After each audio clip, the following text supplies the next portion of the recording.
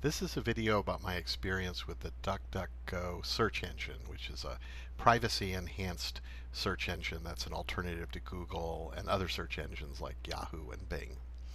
Now, why did I decide to switch from Google? I'd actually tried sort of as an experiment to do this in 2014 with DuckDuckGo and found DuckDuckGo in 2014 really hard to use. It didn't produce very good search results, and I gave up after a month or two. When I started my business, I became concerned. I use Google a lot. This is my Google account.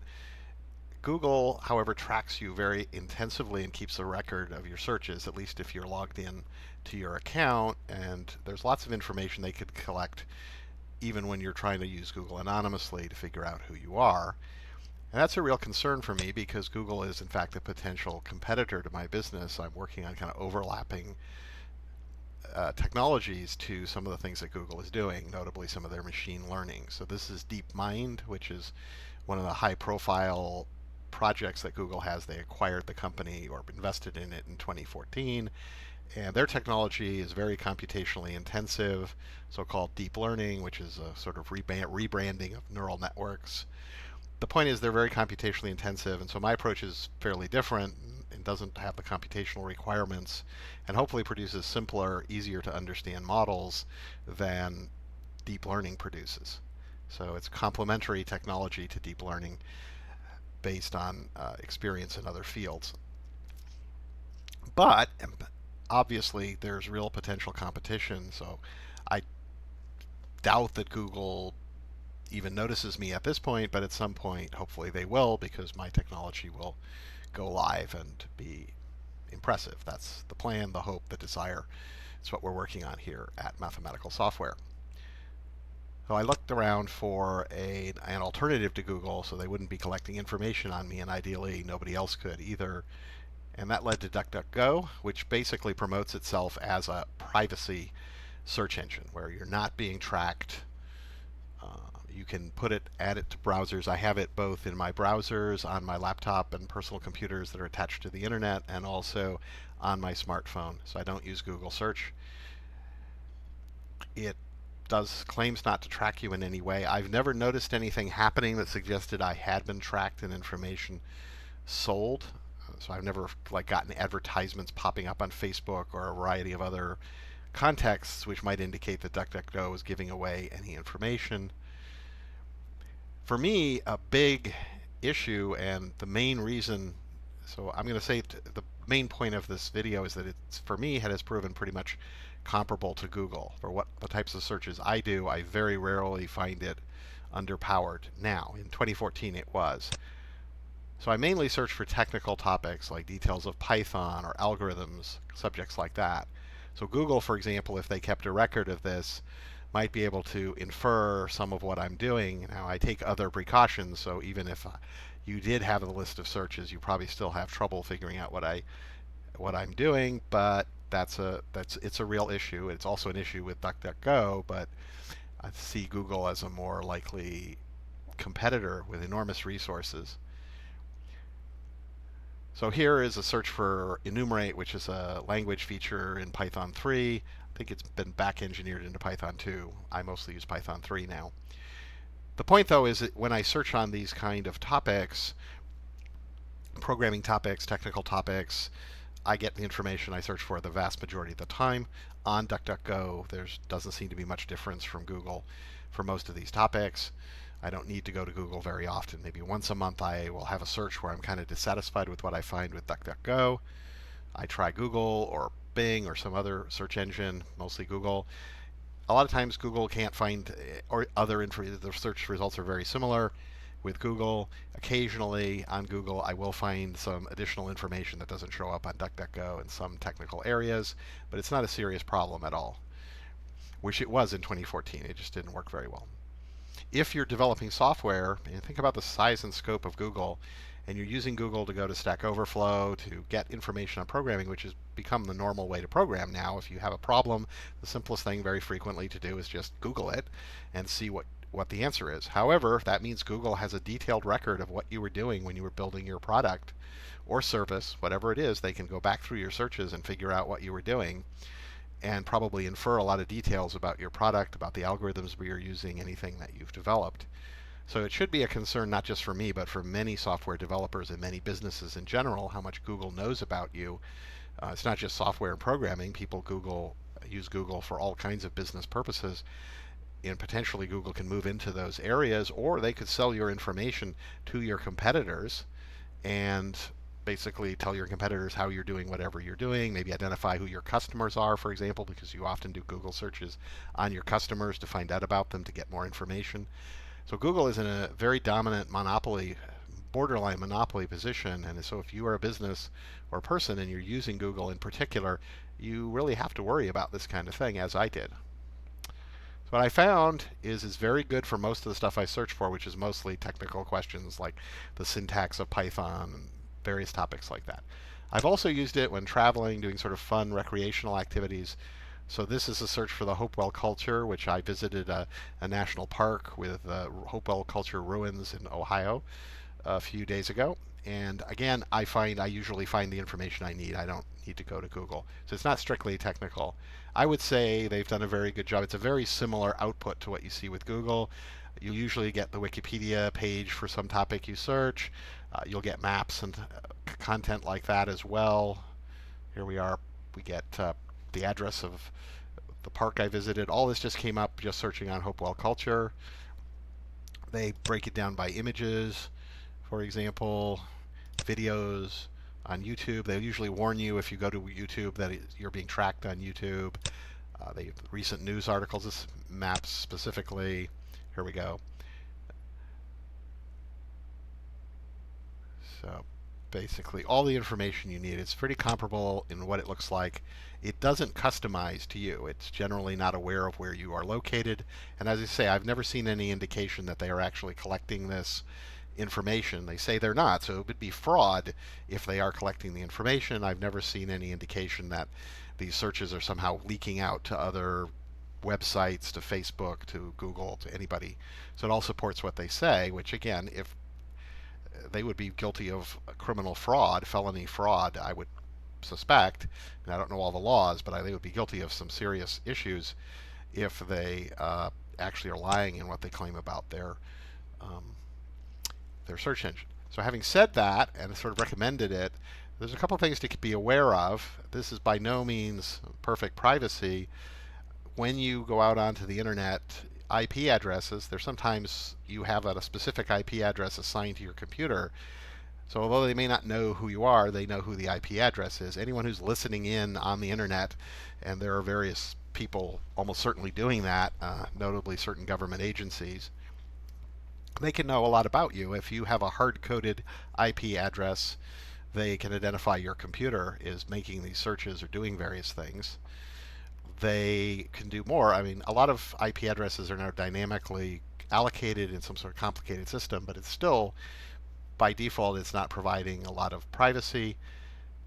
I personally think it's extremely likely. I would almost go so far as to say that I truly know, but I can't discuss the reasons for this, that the government has placed backdoors in most, let's say, firmware, operating system kernels. If you were talking about network routers, for example, they have a whole operating system on them. It's very likely that there are backdoors in that software deep down inside of it that allow the government to go in and monitor what's going on. And the same is true with your computers or phones that are attached to the internet. They can probably come in, exploit these backdoors, and monitor your keyboard strokes, all of what you're doing. So DuckDuckGo is not a magic solution.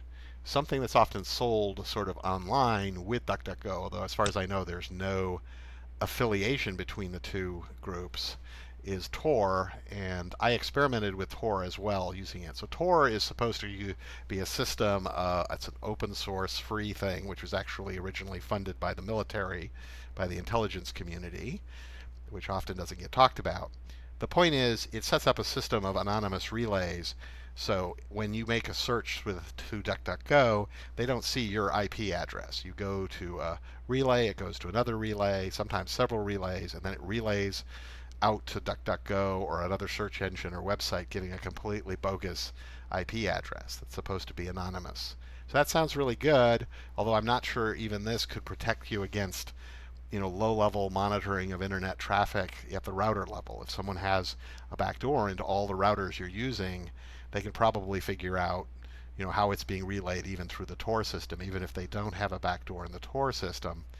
And given that it's actually was originally a government intelligence community project, it's quite possible that Tor had or has a backdoor as well.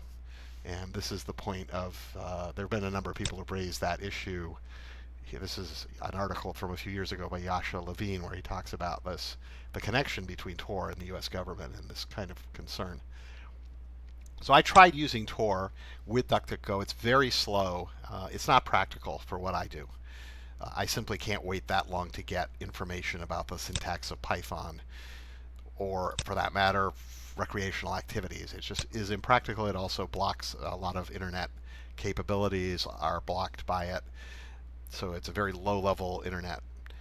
It's not practical for me, and I think probably not practical for most people watching this video. And in fact, it may very well be quite insecure. The government may be collecting everything you do through Tor and actually knows what you're doing. Now, if you're not concerned about the, say, deep, dark recesses of the intelligence community knowing what you're doing, and that's true for some people, many people actually, I would say, don't really care. The biggest concern most of us have is somebody, advertising something to us, manipulating us to go buy something, or otherwise interfering in our life in a way that the intelligence community generally doesn't do. They're really targeting people, national security reasons, or perhaps other activities the intelligence community is involved in. So you may want to consider Tor, but again, first and foremost, it simply slows down what you do, which is a non-starter for what I do. Okay, so there's one other thing I kind of wanted to touch on because I mentioned the possibility of backdoors and actually I think it's extremely likely, almost certain, that there are such backdoors deliberately built into a lot of things that we use commonly, including our phones and most of the computers. And the only real way to protect against those backdoors at present is to build a system which is physically isolated from the internet. It has to be air gap, that's the buzzword, but you really have to do a lot of work to build a system which is truly physically isolated, and it needs to have protections against viruses and other things coming in through flash drives or whatever you use to pass information to this isolated system. And I'm not going to discuss in this video how you would build such a system or how people do them, and they have been penetrated according to reports. So for example, Iran reportedly had an air gap system for the computers running their what do you call them, centrifuges for purifying uranium. So uranium-235 is extracted from bulk commercial uranium to produce the explosive. Uranium-235 is the explosive in atomic bombs, and they're supposedly trying to isolate it. And someone, probably the U.S. and Israel working together, but someone got a virus into their centrifuge control software, basically caused the centrifuges to disintegrate, to operate too fast and fall apart, break down. That is known as the Stuxnet or DQ virus, and eventually apparently got outside of the target facility, this secret, or not so secret as it turned out, uranium enrichment facility in Iran, and attacked other facilities as well, supposedly unintentionally. The point of all this is that building a system to protect yourself from the internet, if you will, is difficult. Even if you physically isolate, you air gap, you don't have any Ethernet cables or any Wi-Fi or any wireless connections into it. Someone has to plug a physical device into that. It can still be penetrated by various methods. So the issue I wanted to touch on is the dangers of these backdoors. It's a little bit off target here, but the issue, of course, is even if we can prevent these backdoors from being used by an enemy like Russia or China to wreak havoc during a conflict or to manipulate events, they are dependent on various technological defenses to prevent them from being exploited by an enemy. So you're assuming probably that your encryption can't be cracked, for example, that there isn't some way to produce or somehow get a hold of the keys or the passwords to these backdoors. That might be true. I'm skeptical of it, but all it takes is for someone else to come up with a new technology that allows them to penetrate the defenses around the back doors, and you suddenly have an enormous weakness that could be exploited very surprisingly. And that's happened many times in human history where a new technology has been developed by an enemy unexpectedly. Sometimes the first time it's actually seen is in war or in some kind of serious conflict. And there are many examples of this. Of course, the atomic bomb to some degree. The development of the stirrup allowed the northern barbarians to overwhelm the Roman Empire. The invention of the sort of lightweight longship by the Vikings, what's now Norway, basically gave them a major advantage over the Southerners, and they clobbered all kinds of people with this, more advanced technology. It doesn't seem like technology to us today. I mean, it's a ship, right? But it was a major advance. So I'm just arguing here against the backdoors, but keep in mind that although there's probably significant opposition because of this issue of technological surprise within the national security world, it's nonetheless very likely, almost certain, I think, that they're out there. And so DuckDuckGo is not going to protect you against that kind of surveillance. And I doubt Tor can either. And of course, Tor slows you down to such an extent that you can't really use it for an awful lot of practical everyday uses. So my conclusion is, for my purposes, the kind of stuff that I do, DuckDuckGo is comparable to Google. It's just as fast. It's just as reliable. I've rarely had a problem with it in recent years. I did in 2014 and gave up on it, but now it works pretty well. Now, your type of searches that you do might be different. You might have a different experience with DuckDuckGo. My guess is for most common types of searches, it's comparable to Google, and it does not seem to be tracking you. It claims it doesn't, and everything I've seen is that it is not tracking you. So it probably protects you from surveillance by Google or various other commercial entities. Whether it protects you from the, say these government agencies, I think it's unlikely. If they really want to find out about you, and do so remotely without the expense of sending people to bug your apartment or your home or your office, very likely they can do it remotely, and they probably are monitoring internet traffic going in and out of DuckDuckGo for national security purposes, or who knows what the reasons might actually be. So in conclusion, my experience with DuckDuckGo has been very positive the last couple of years, much better than the experience I had in 2014, and I rarely use Google anymore for search purposes. This video was produced on January 2nd, 2020. If you like the video, please click like. Please feel free to comment to give us feedback on anything you'd like to see improved or any questions you'd like us to answer. If you really want to support what we do, we have a Patreon account. That concludes this video.